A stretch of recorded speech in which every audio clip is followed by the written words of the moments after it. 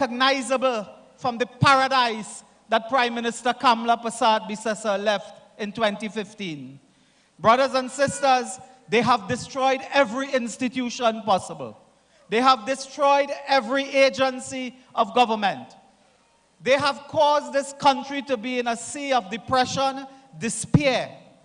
Today, they took $1 billion hospital built by Kamla Persad-Bissessar and turned it into a drugstore, because Diyal Singh had a drugstore and it bust in 1990. This country has 1.3 million people and 1 million pothole. Every day we exchange videos of robbery and indecent and obscene videos of crime victims. This country is now run on remote control as the Prime Minister scrambles to save his government. His latest madcap plan is to bring in a foreign expert to tell Gary Griffith what to do. You heard from Mr. Denny, we have the plans, we have the policies, we have the program, and we have the leader. Rowley in Barbados talking about crime being exotic or erotic, I don't know which one to use. Talking about crime being exotic and so on, and it's a global phenomena. But you knew that before you became Prime Minister. You knew the challenge. You were not man enough to deal with that challenge. After 4 years, they are now in their 5th year, the final leg of their race, so to speak. As the months count away, the weeks go, they have no plan. They are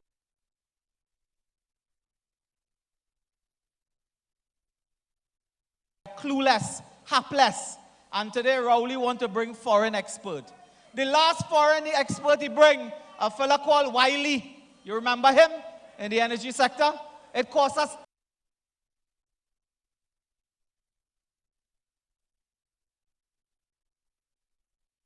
$10 million and counting. And poor fella, he got sick. We wish him all the best. He has to go. So we want no foreign expert. We want a local expert as Prime Minister in the Honorable Kamla Persad-Bissessar. Brothers and sisters, they cannot fix a water leak on the road. They cannot fix roads. They cannot fix anything because they're honestly the most incompetent cabinet and government this country has ever seen in its history. I challenge anybody to tell us otherwise. In Greenvale, this is the only country where one day somebody calls the MP office and say they flood away. And the next day they call the MP office and say we get water for 2 weeks. It's the only country this happens in because of their incompetence. Brothers and sisters, today we are at a juncture. We are at a historical point in our evolution. This is the most important election we will ever face. If the worst nightmare is to occur and Rowley go back there in office, this country going back to 1962 and before. They will completely destroy everything. Brothers and sisters, Rowley is leading a sort of totalitarian dictatorship. You want to know what I mean by that?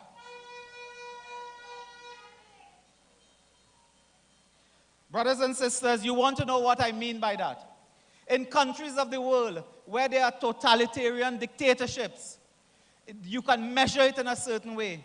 Look in this country, Rowley takes $2 million to buy paintings, while, brothers and sisters, they destroy, they remove, they close down the funds for children. The milk fund that Kamla Persad-Bissessar created for children. $2 million for paintings. They hire somebody to rewrite the history of Trinidad and Tobago. That is a sign of totalitarianism when they want children to read what they believe the history of this country should be. You remember a government before spent millions of dollars on a flag. I have one for you tonight, brothers and sisters. You will not believe this one. A couple of years ago, they came to Parliament, announced $500,000 to refurbish, at that time they were saying, do plans and design to refurbish the official residence of the Prime Minister in Tobago. When we were in office, Utica told me as line minister that they wanted $6 million to refurbish that house for the Prime Minister in Tobago. Well, stupid me going to see the Prime Minister. I said, Prime Minister, we want $6 million to refurbish the house in Tobago. At that moment, the Prime Minister nearly threw me out the window of the top floor. She said, but you crazy to spend that kind of money on a house. You crazy. We have to provide grants for the poor, the underprivileged. We have to provide water. We have to provide jobs. We don't have to provide luxury house for our Prime Minister. Well, we cancel everything one time. Rowley comes in power. Notice they connect the dots. He becomes the Prime Minister, first Prime Minister ever, with responsibility for UDCOT. UDCOT then takes responsibility to build the official residence in Tobago. It starts at $5 million, brothers and sisters. Tonight, I want to put it to you. It has gone from $500,000 to $2 million. $2 million turned to $9 million. $9 million turned to $18 million. $18 million is quickly reaching $20 million. UDCOT under Rowley is leaking taxpayers' money, presumably to build a new house for the Prime Minister in Tobago. They are not only building house, they are building roads like highway to get to the house. But you know, brothers and sisters, when I was growing up, Mommy used to tell me, it's when ducks sucking egg. When ducks sucking egg, you could bathe them, you could groom them, you could train them. You know what the duck could go back and do? I ain't say no more. When we look at what is happening in Tobago, listen to this.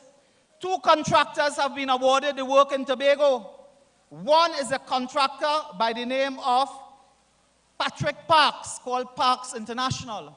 The other one is Warner Construction. Warner Construction and Parks International are doing construction and road work for the Prime Minister residence.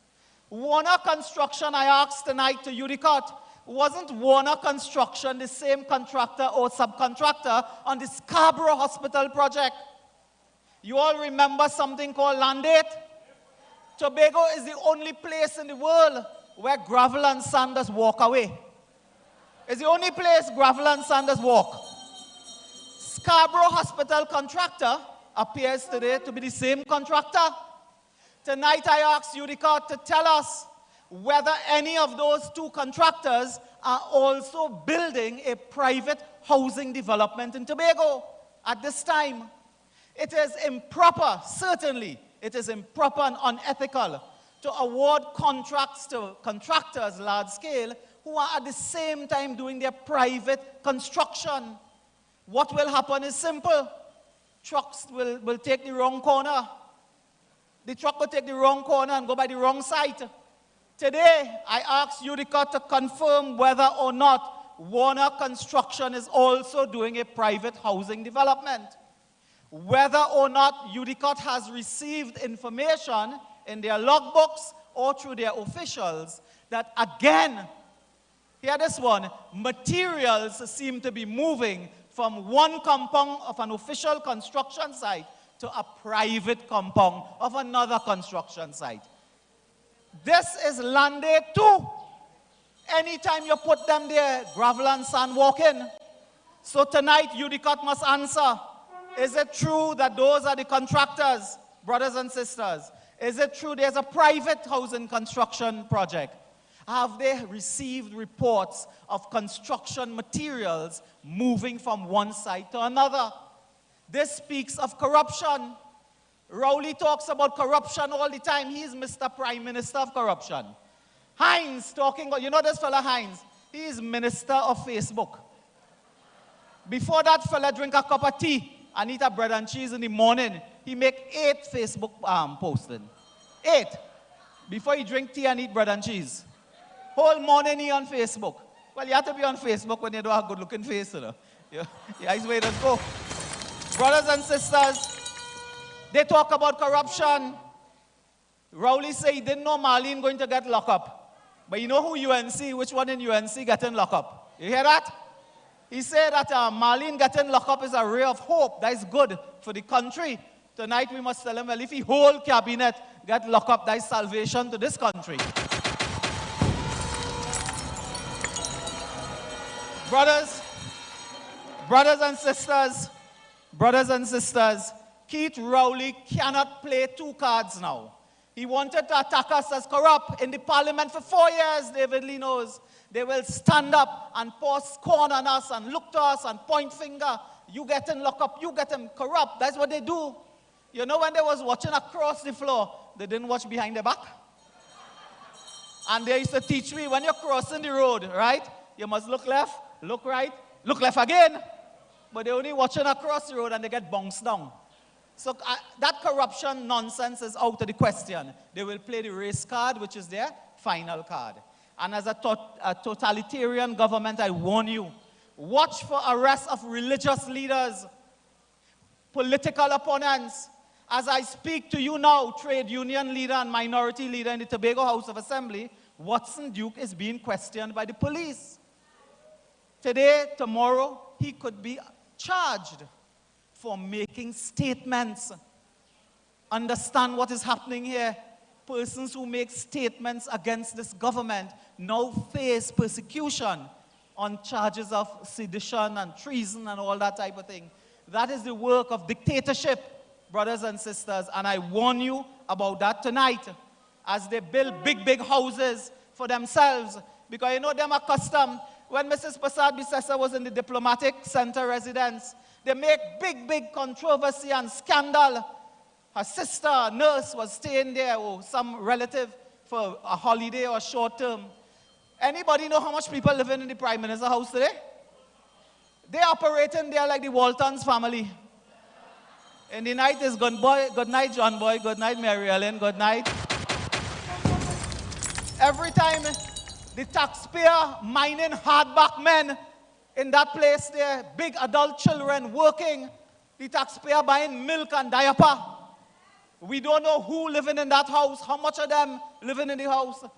It reminds me of a calypso. I had a fella from Mayaro, he named Zandoli. Anybody ever hear about Zandoli? He sing a calypso, he said when he come home in the night, it always have a man in the house. When he asks his wife, he said, who is that? She said, well, that's my family. Zandoli say, he tells she, he say, you better mark down the name of everybody in your family and give it. Tonight we want to tell Rowley, mark down the name of everybody in the family and give it to her. So we go know who in the family and who not.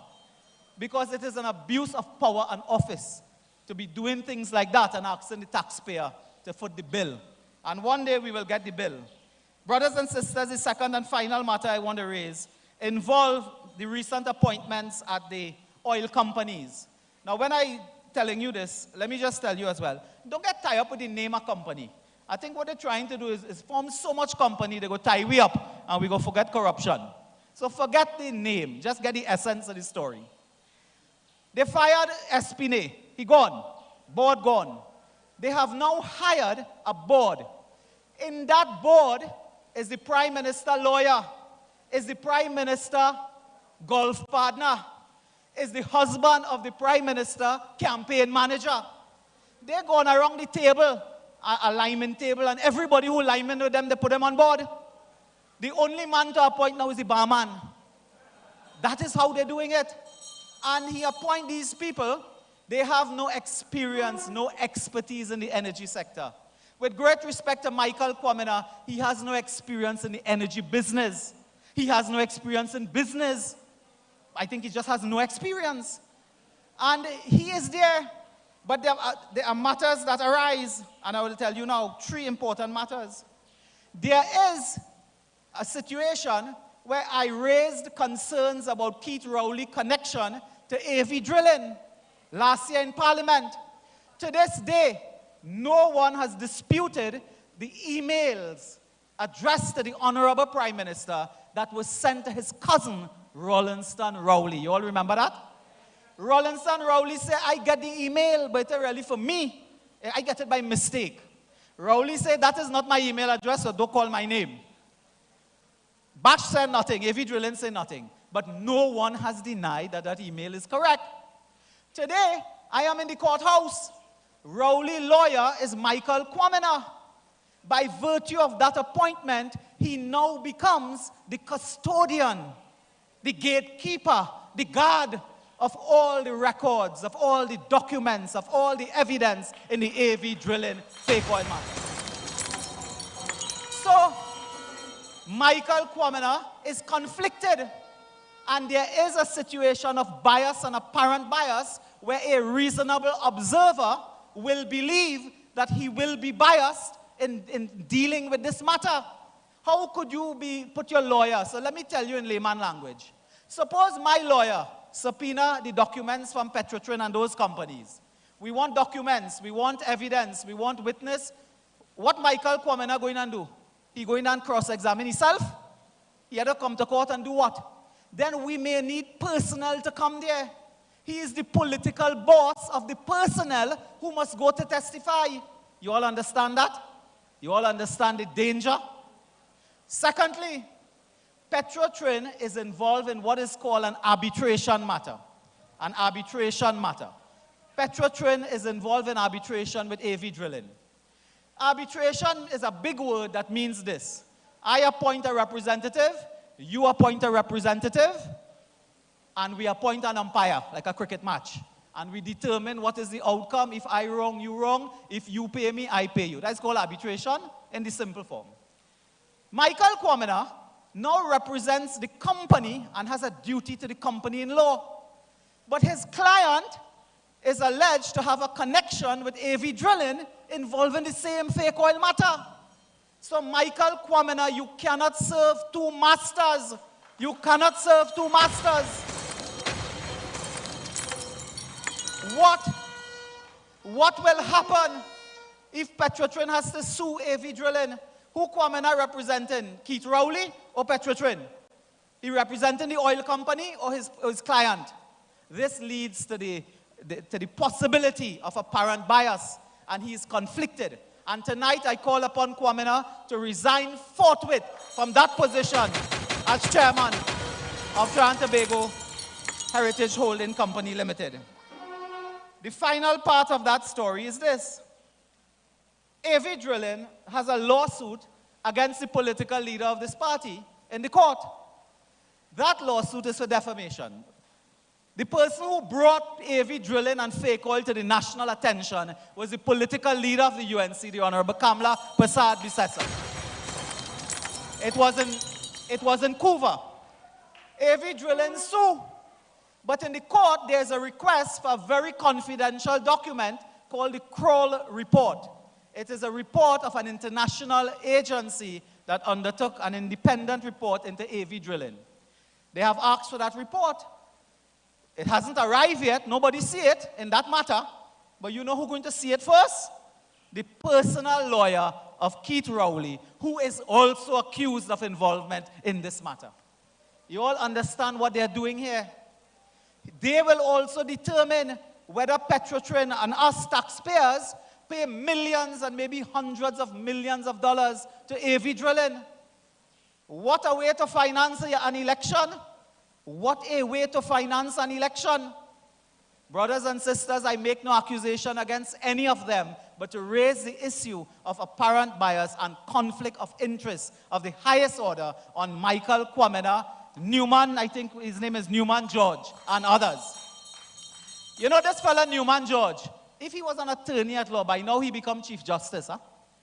That is a personal friend of the Prime Minister in everything that they do. And tonight, brothers and sisters, as I end now, I want to remind you that the AV drilling matter is before the court, before arbitration in one case, and before another court in a defamation matter. And Rowley, what he has done with these appointments, he has placed in strategic positions persons who are known, close to him, and we can say it, who are his friends. This is wrong, it is unethical, it is improper, it is possibly illegal. And it is a matter we will be raising in the coming days on other platforms. So brothers and sisters, in closing, might I call upon you first? May I thank the people of Orupuchis. Let's say a round of applause to the people of Orupuchis for coming out tonight in their numbers. Tonight we call on you to rally around the United National Congress. This is not a time for personal animosity and division and disunity. Our country is at stake tonight. We must come together as one, all are members of the family of the United National Congress. We must come together united if we are to confront the People's National Movement. This demon called the PNM is an institution of tyranny. They will destroy every segment of this country if we leave them there. But we will not. Unity is critical, brothers and sisters. And as we go along, I ask you to lift your heads high. Be proud. Be confident. We are confident. We have worked very hard in the parliament, and this party is working harder and harder and harder each and every single day so that we will capture the requisite number of seats and votes as we get together, brothers and sisters.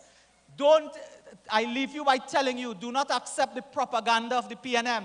They talk about Cambridge Analytica and things. All of that is rubbish. That is rubbish. They have no evidence of any wrongdoing by any UNC official or former minister. Imagine they reach a stage where they have no evidence. They tell you, watch Netflix now. You have to watch Netflix to see evidence. The next thing they might tell you is watch Disneyland. Brothers and sisters, they have no evidence. They have no concrete information. Absolutely nothing. They are holding on by their fingernails now. They are desperate, and in their desperation, they will say and do anything. So thank you all for coming out tonight. We look forward to hearing our political leader. Long live the United National Congress, and may we seek victory in the coming elections.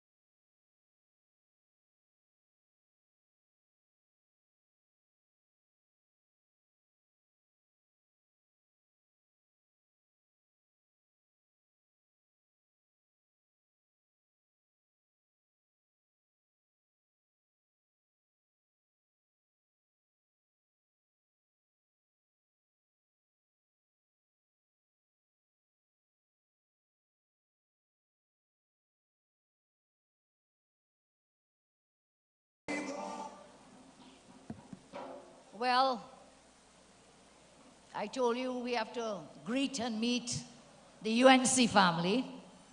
But that's tonight's the family of Trinidad and Tobago. Good evening to all of you. Good evening.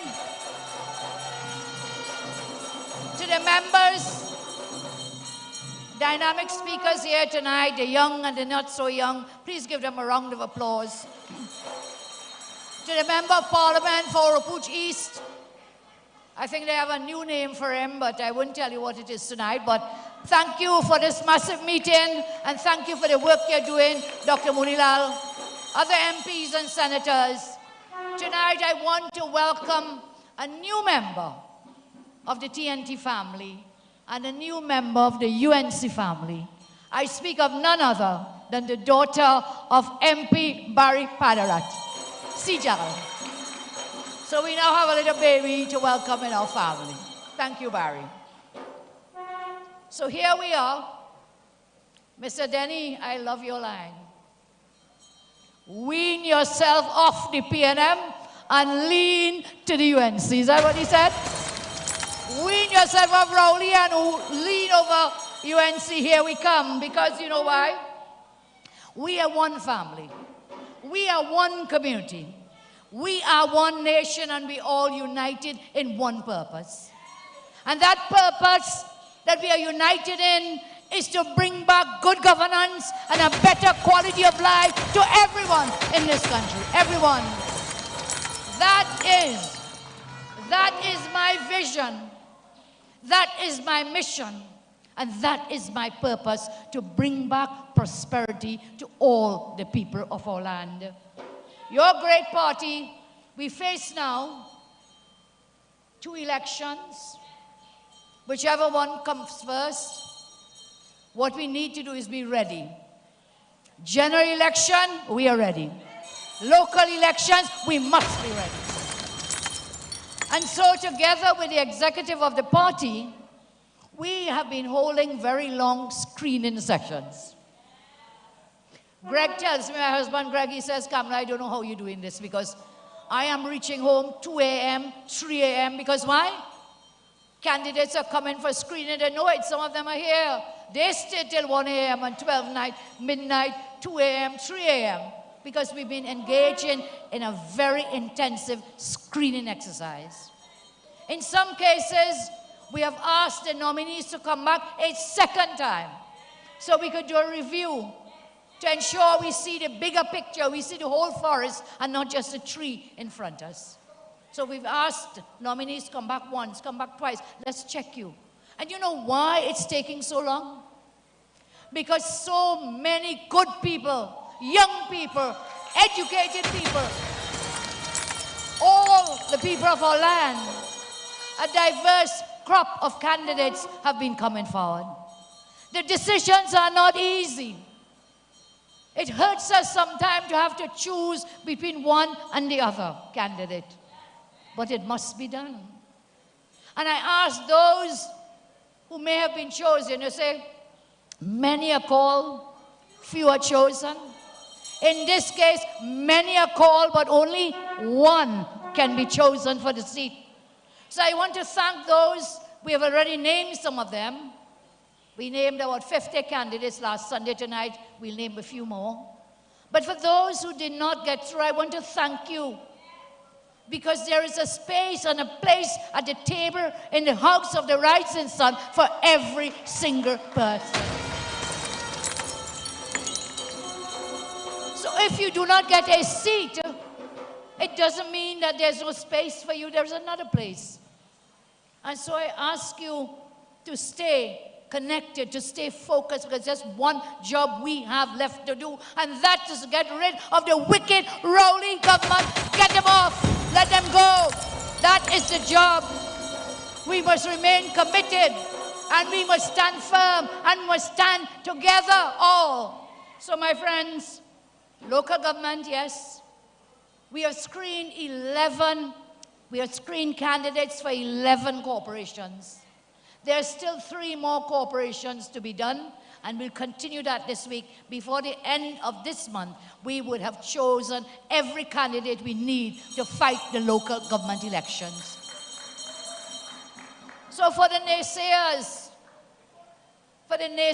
who don't know nothing because they come to nothing, they build nothing, all their job to do is about talk and destroy. To the naysayers, I tell you, let not your hearts be troubled. We are ready.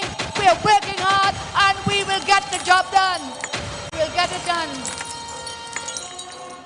And when you see a man publishing polling, and the man don't even interview one person, you know where we're going. I always say that I could be in the TNT football squad, and we will win the World Cup just as long as that pollster say that I will win. You understand?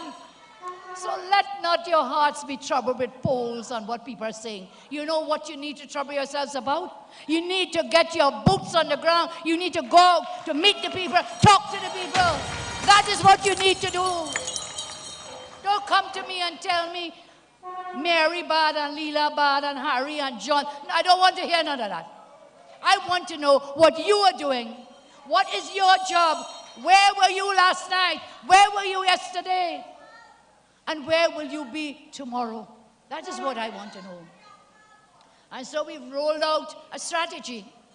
We can't tell the P&M too much about what we are doing, but what we can tell you and the world is that we will be on the ground, boots on the ground, meet, greet, and talk. That's what we need to do.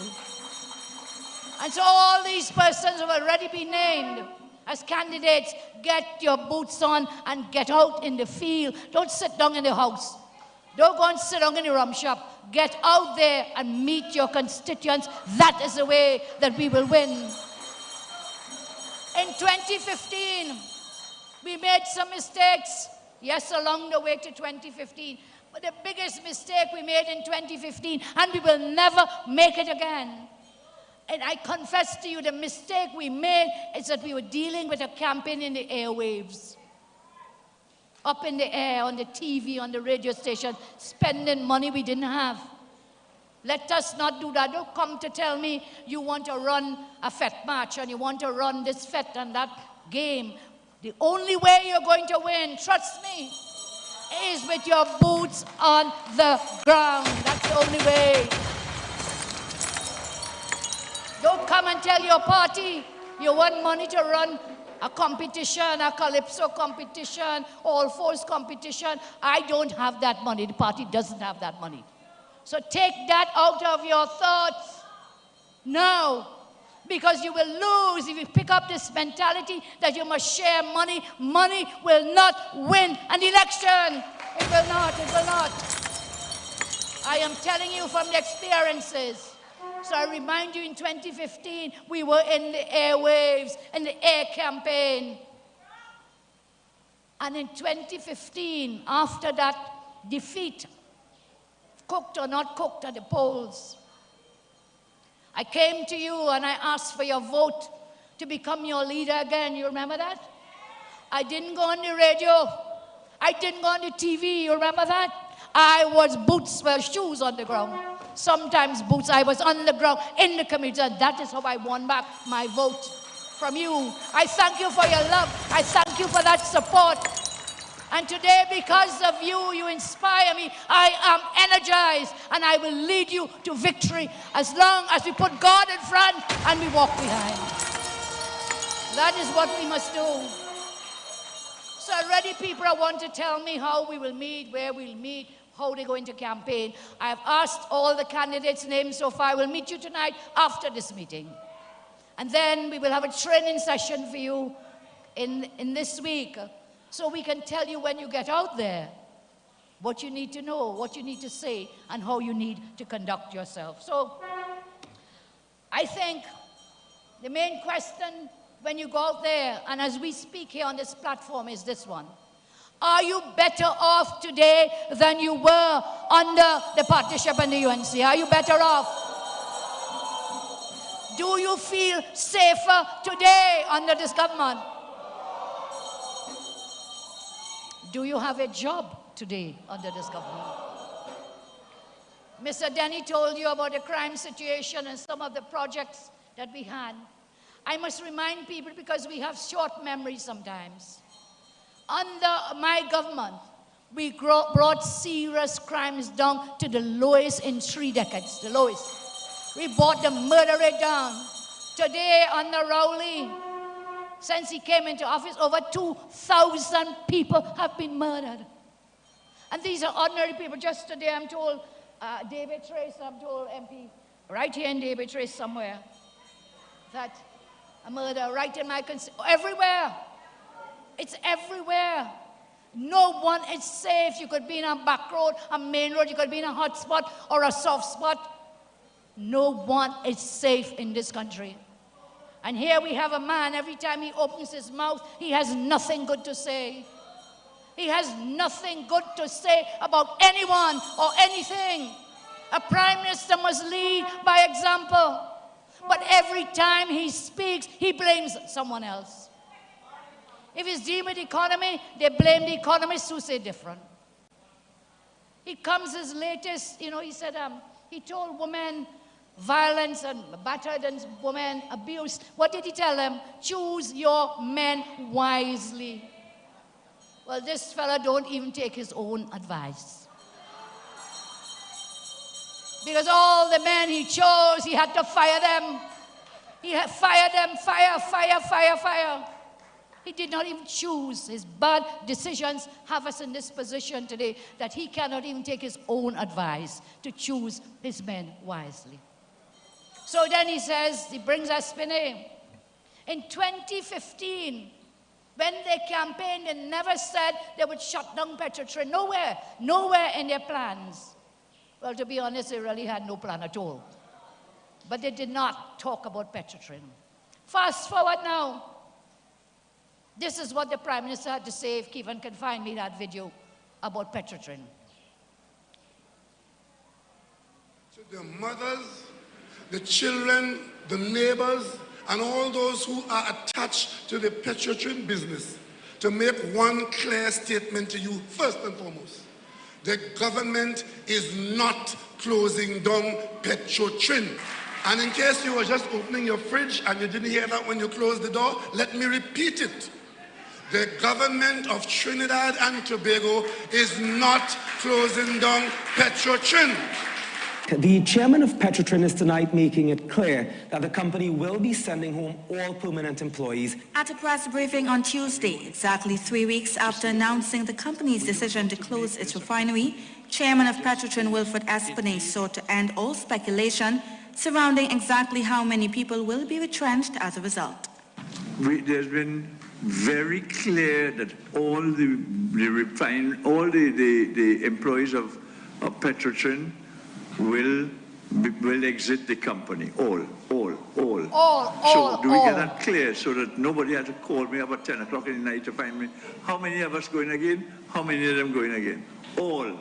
Workers at state-owned Petrotrin have started to collect their letters of termination.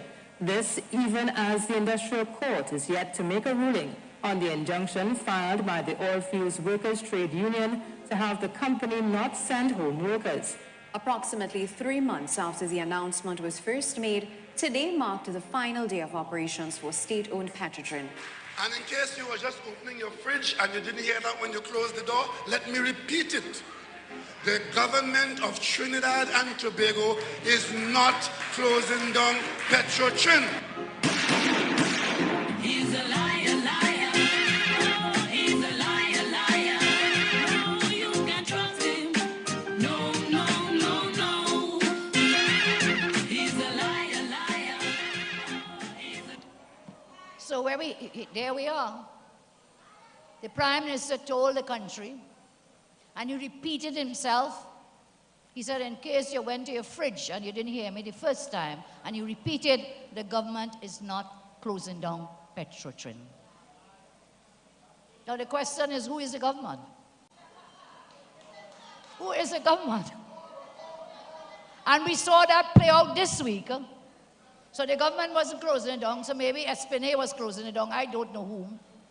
But then now this week, Dr. Munilal talked to you about the conflict of interest. I will not go into it, but I endorse fully the statements he made about the conflict of interest with Mr. Kwamina. But here it is then, just a few days before, Espinay announced a committee, an executive committee, to take care of the affairs of the various companies. Remember that? So they come and they slap up Espinay now. He come in the all. He gone too. And they put in this new board. So who put this new board in? Is it the same government? Can we believe anything that this government says to us? We cannot believe anything that they say. And then when he comes, as I say, and stands on a platform, and everywhere he goes, is to ill-speak every citizen of this land. He is the chief public servant as Prime Minister. And he stands on a platform to say public servants are lazy. And he says, no, I never use the word lazy. He backtracked. He said, never said they were lazy. But in everything that he said was to denigrate the public servant. Yes, in every crop of people you have good, bad, and indifferent. You cannot take a brush and wash, paint everyone as lazy public servants. 80,000 citizens. Now, I am thinking, why would he do that? Why did he suddenly come to talk about whether public servants lazy or not lazy? Why? Why did that suddenly pop out of nowhere? And they say, what? Mouth open, Tory jump out. You ever hear that expression? Mouth open, Tory jump out. So think about it. Why would the Prime Minister attack the public servants in this manner? Did something happen recently? I can't think of any recent something to get him worried. He's there 4 years now. You suddenly wake up one day and they're lazy. Well, you know what I think it is? They don't have the money because they've done nothing to create revenue. They cannot pay the public servants. So he's setting the stage to say, look, he said they only make a noise when time to get paid. Yeah? Is it that they intend to fire public servants? That is my question here tonight. Because that is a man, you heard him out of his own mouth. He said the government is not closing down Petrotrin. And within days, that's exactly what happened. So when he comes to badmouth the public servants, is it that the government is going to fire public servants in this country? And I asked the government to answer, and the government, by the government, I mean the chief public servant, the Prime Minister Rowley of this country. Answer us. So we saw the changes at Petrotrin. We saw what is happening there, and it is very frightening. Because what was a revenue earner for Trinidad and Tobago, Petrotrin? We used to get foreign exchange from Petrotrin, yes? What are we getting? What are we getting foreign exchange from? So we know Forex has dried up tremendously because we have created nothing else to earn more revenue or new revenue. And so, with what is happening at Petrotrin, what I see and predict very shortly is that we are going to get shortage of fuel at the gas stations. Because remember, they have to buy it, huh? We are no longer producing it. So what they have to do is to buy the fuel to put in the pumps, to put in the gas tank. And I mentioned this to somebody when we were screening on Wednesday. We were there, I think they believe it was, what was that, about 12 midnight. I said, why? What is happening here with this Petrotrin? And a person who was with us at the time, who owns a gas station, told us it's already happening that they're not getting the supplies of fuel at the gas stations, already starting to happen. I call upon the government again to tell us what is the situation with funding to pay for the diesel and the premium gas and the other fuel that we now have to import. So they shut down this company. It said it wasn't making any money. They put in a plan in place. They put a man who fell ill, as you know. They put in a hatchet man, Espinay. Espinay lick up everybody, all. Now they lick up Espinay as well. We need to know, what are these new board members going to do? What experience do they have? As I said, Munira mentioned the conflict of interest, but that's not the only issue, you know. You're bringing people with absolutely no experience whatsoever in the energy sector. None. I challenge Kwamina to tell us tonight, or Newman George, all these people they put on these boards, to tell us what experience they have in the energy sector. So you had people with expertise in the energy sector. You've taken the company from zero now to worse than zero.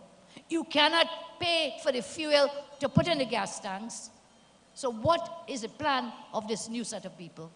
What experience can they have? And it hurts me, and they'll say, we love to crack doom and gloom, but I see only doom and gloom. Doom and gloom. I would say now that our country has gone into an economic state of emergency. That's where we are.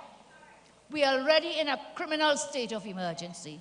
This government are in their fourth year, fifth year, in their last year. They have brought our country to its knees, and we are now in an economic state of emergency. That's where they've taken us. And, you know, if we don't do what we have to do,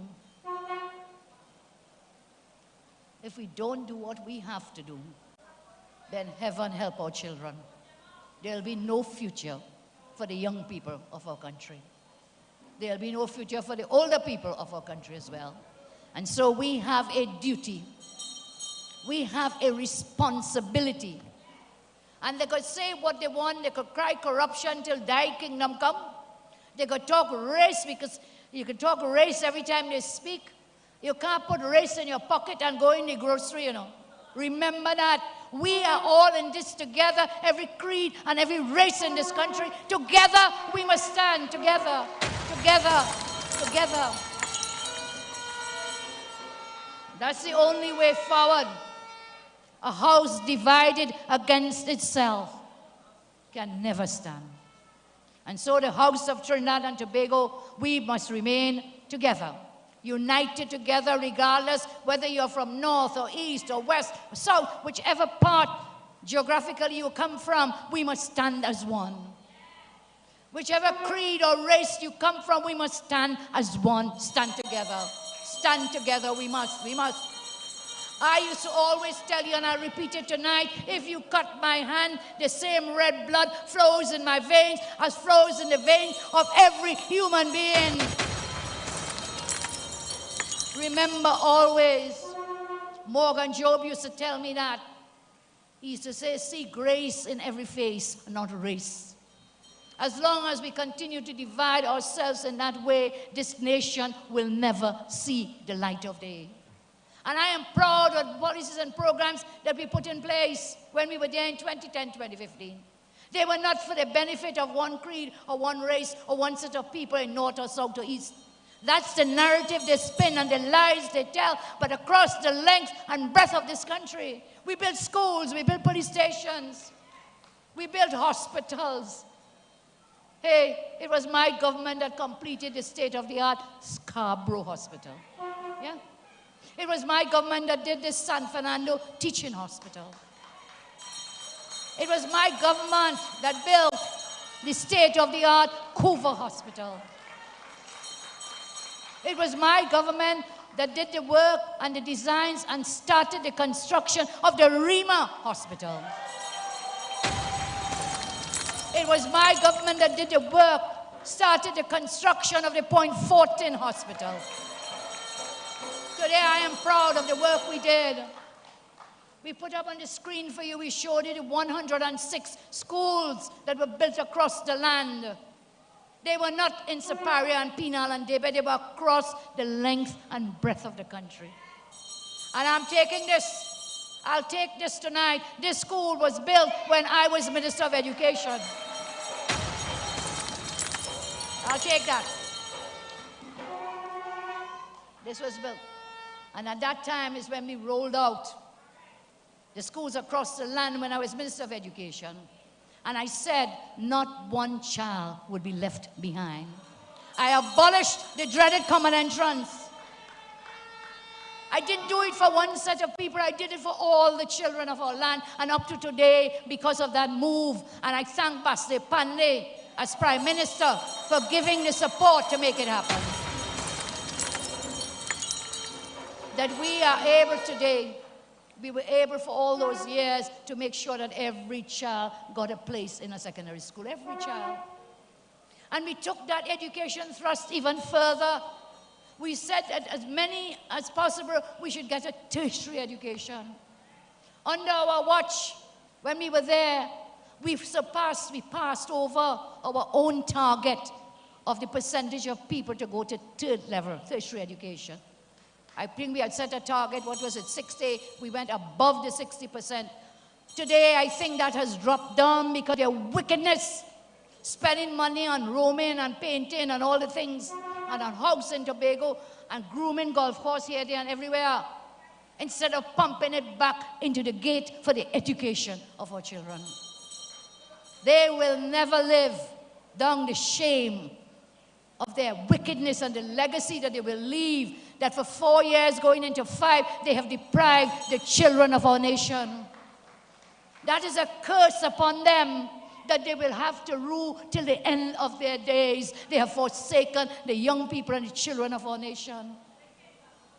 They cannot give the life care from the life fund to children, man. But you could spend it on painting and roaming and romping and you name it, whatever it may be. A child is ill and you cannot find it in your heart to provide the surgery that the child needs. You said it doesn't fall in the law. The AG was asked, this Forrest $23 million man was asked. They wanted a legal opinion for a child. The child was from his constituency, Barry, I think, yes? Or Puch West from Vidya's constituency. Young child, ill, needs life care. They sent to the AG for an opinion in law as to whether this child will fall within the provisions of that law. You know, the man never sent it. You know, the child died, waiting on the opinion. That will live, he will live with that till the end of his days.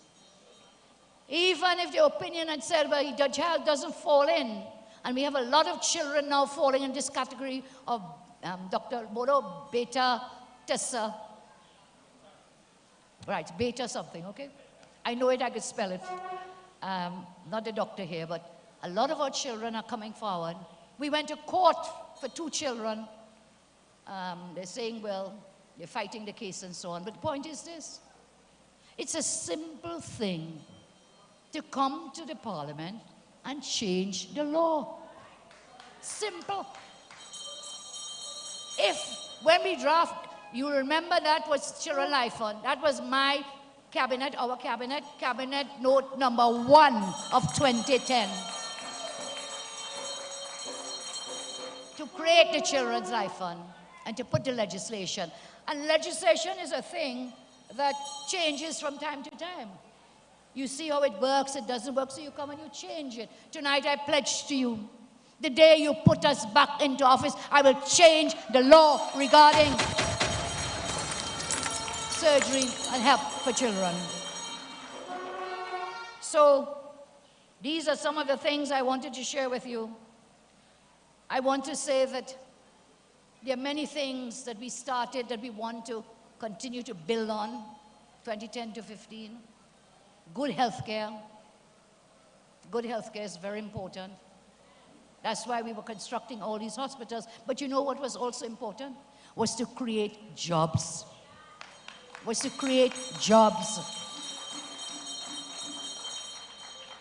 And so when we built the Couva Children's Hospital, at the same time, we were doing something else. While they were building the hospital, we created the nursing academy up in El Dorado to train the young people in the skills that you would need to work in that hospital.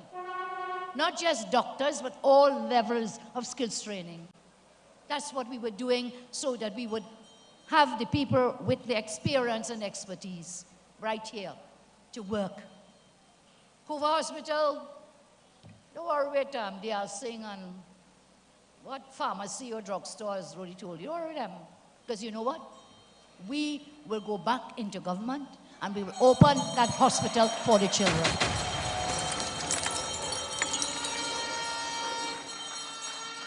And that hospital, my friends, could create and will create over 2,000 new jobs. Did you know that? Did you know that? And therefore the young people and the not so young, you would have a job, you wouldn't just go to school. Right now, what is it, 300 to 500 doctors, 500 doctors trained. And you know what they're doing? Sitting down home, not a job. Not a job. We call that wickedness, that is beyond wickedness. What every person needs is not a hand down, they need a hand up to lift up themselves. That's what you need. You need a job. You think they want to sit at home and collect a grant? No, no, no. Every person with self-respect, they want dignity, and the job gives them that. Then they can take care of themselves. They can take care of their families. And that's where we are when I said we will create 50,000 new jobs. And because Prime Minister Rowley don't have a plan, or don't have a plan, don't have a plan, none. He said, what Kamala talking about? How's she going to do that? How's she going to create 50,000? Well, Mr. Rowley, last rounds 10 to 15, we created over 50,000 new jobs. We did. And we did that without raising any new taxes. Remember that? Not one new tax. We were able to create those 50,000. I'll tell him. If he doesn't know, we could tell him. And even though I'm telling him, I know he still can't do it, so I'm not worried. He could thief the ideas. But sometimes my supporters say, don't tell them nothing. They will thief the ideas. But these fellows are so incompetent, even if they take our ideas, they will never be able to implement them. So how will we do it? I mentioned the Coover Hospital was one way. Over 2,000 jobs right there. The plant is sitting, the equipment is sitting, everything is there. The only thing that is missing is a government that is competent and a government that cares. I talked to you about our economic transformation plan on other days. We'll not repeat it again today, but I tell you, we have a plan. We have a mission, we have a vision, and I will take you there together. We will walk that road to victory together. And before you know it, the change is going to come. The change will come. So we see, as I close, the wind is blowing. It's the wind of change. So, our plan as we go forward, we have details to ensure that you are safe in your homes, in your communities, in your schools. As you go about your daily activities, safety is first. Because if you are dead, nothing else matters. Agreed? Safety. We'll ensure that you have better health care.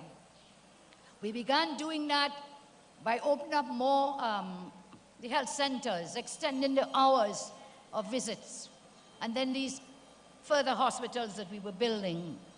We were looking at jobs as well, creating those jobs.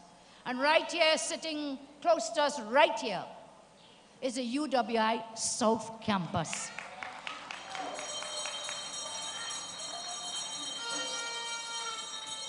Again, how short-sighted they are. How incompetent they are. You have the building, you have a state-of-the-art building here for the South Campus. You know what our plan was for that? Our plan was to allow the people of the South, not just from Penal, DEBE, this is the whole of the South, starting from Mayaro and Guaya, coming all the way up into Naparima, Princestown, coming to San Fernando, Tabaquite, going back this way, Labre, Palo Seco, please down to Point Fortin, Cedros, San Fernando, East and West, Central. All these citizens could have come to this campus right here. So what you would have done, you would have an explosion of young people getting education at the St. Augustine campus, yes, and here. What is the advantage? Ask any parent of a child from the South, whether from Cedros or Mayaro, whether from Palo Seco or Penal or DEBE, when they send their young children up to St. Augustine, they have to pay a rent for an apartment. And then the children are not safe. This way you could stay home and go to university. And the people of the East-West corridor, they could stay home and get more places in the UWI campus, in St. Augustine. So they felt it was to take away spaces again in their racist, corrupt way of thinking. They said this campus was a takeaway education from people up in the north. No, no, no. It was to create more spaces here, and was to create more spaces for young ones at the St. Augustine campus. And on top of that, this campus would have been what is known as a forex revenue earner, foreign exchange. Because others would come from the CARICOM and they will have to pay in foreign dollars to attend the campus. They would have to pay to rent a space from some home around us. And that money would bring in more revenue. On top of that, more jobs would have been created. More jobs. So whilst, yes, you have to spend money to run the campus, it would have been making money and creating jobs. So my friends, I could speak a lot more, but let me close tonight and thank you all for being here. We will continue with our Monday night forum. Next week, Monday, we will be in the constituency of Caroni Central, and then we will return to the corridor. We will return to the corridor. They are getting very worried, the PNM. They're getting very, very worried. They talk about the one corridor movement. What is the one corridor movement? The one corridor movement is that we are all in this together. We are one people. That is what it is. And when they see people like Carlton Denny on a UNC platform, well, you know they're quaking in their boots. Because our message is getting through to more people. Because that is what we are and who we are.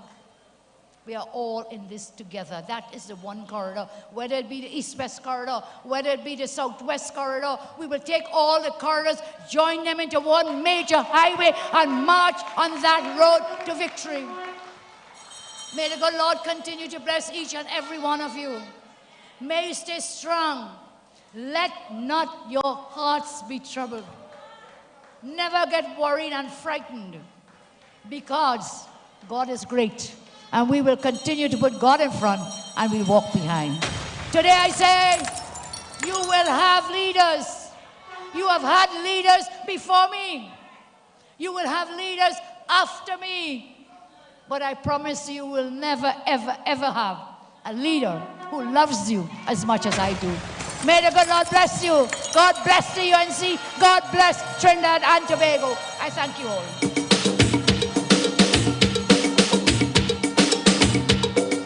Hello.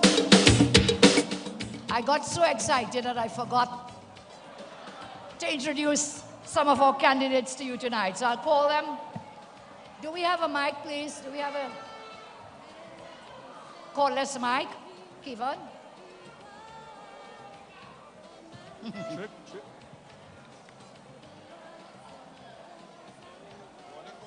Take this out. Okay, so I'll call the candidates and they can come forward.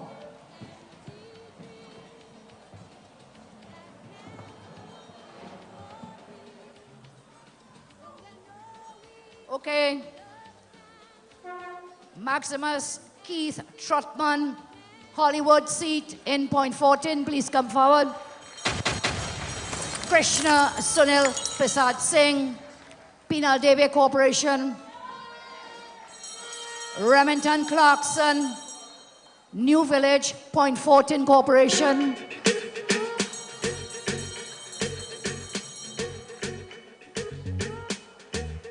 Rajesh Lal, Princess Tongue, Lengua Indian Walk.